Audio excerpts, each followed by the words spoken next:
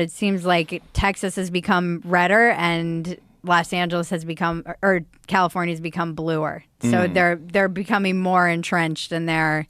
Well, the people that left California to come to Texas realized the folly of the ways of California. Yeah, they traditionally, people were worried about like, don't California my Texas. But when you actually poll the people who moved to Texas from states like California, they tend to vote more red because they're like, we know what this leads to. Yeah, I have some friends that were hardcore lefties that voted all red. Oh, wow. Yeah, they were hardcore lefties before the pandemic. Like hippies. Yeah. Like literal hippies. And they're like, fuck these people. Like this, what they're doing is they're taking away people's ability to make decisions for themselves. Yeah.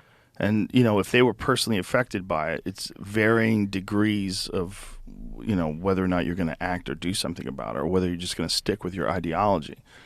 Yeah, and I wonder, too, if there was no real red wave because a lot of the people who might have voted red in these places left those places and went somewhere red. Well, also, how much do you believe in voter fraud? How much do you think that there's manipulation? Fraud. How much do you think that there's... It's like, we've talked about this before, that it's not 0%. Like, yeah, it's not zero. I don't believe the election was stolen. You know, I'm not anywhere near that level. I do think with mail-in ballots in particular, there is, and like ballot harvesting being allowed, that seems like a weird thing to me. The mail-in ballots, I think it's like I'm torn about it. On the one hand, I'm glad that people who they're elderly, it might be hard for them to get to the polls that they can vote. But on the other hand, I think there's so much room for fuckery.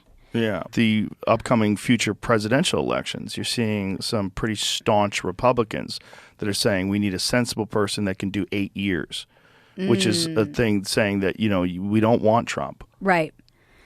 Well, there's still a lot of never Trumpers, but do you think that DeSantis will even go up against, do you think he'll even go up against Trump? What the fuck do I know?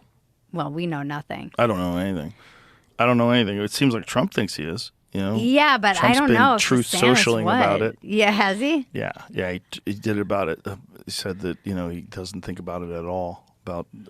He calls him Ron DeSanctimonious. Oh, he needs to come up with another. It's not a good one, but I feel the like problem is he's losing his touch with the nicknames. Well, there's not a good one that you can come up with for Ron because he's too good with that base. Yeah, and his success in Florida is crazy, pretty unparalleled. Yeah. I mean, I don't know if I were him, I don't know why I would.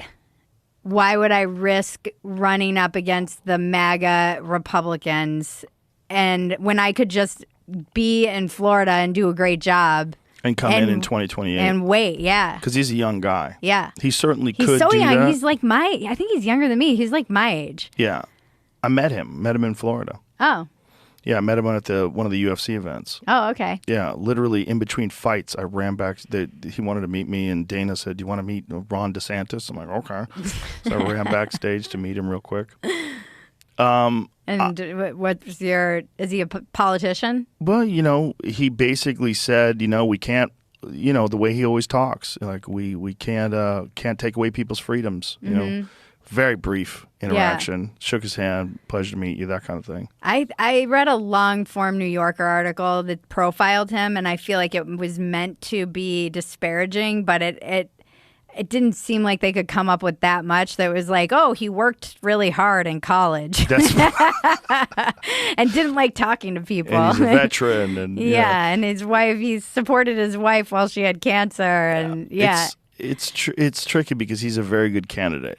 He's very disciplined. It's going to be interesting to see what happens. That's for sure. And if Trump decides to attack him, you're going to lose a lot of Republicans that are on his side. Yeah, but Trump, I mean, what I've heard from people who know way more than me about this is that he doesn't need that much support to get the nomination.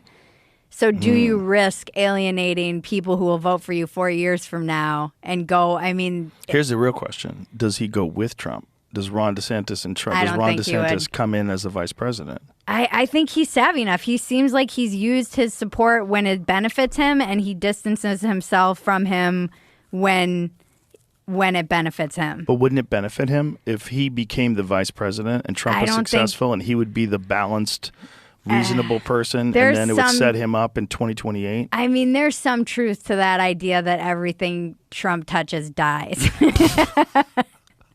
Like, I don't know if you want to necessarily sully yourself, because he will not go out on a limb for you. He'll let the frickin' insurrectionists come try and hang you if you go out on a limb for him. So it seems like I would be very unsettled by his level of self-centeredness. This is Trump's. This is not a person who, if you go out on a limb for him, that's going to be reciprocated. We're gonna find out. More than likely, he'll like saw the freaking tree off the branch. Well, there's not much time left. I mean, it's already 2023. Oh, We're God, here now. It's in February. We're really dealing with a year from now before things really, really ramp up. I'm not ready.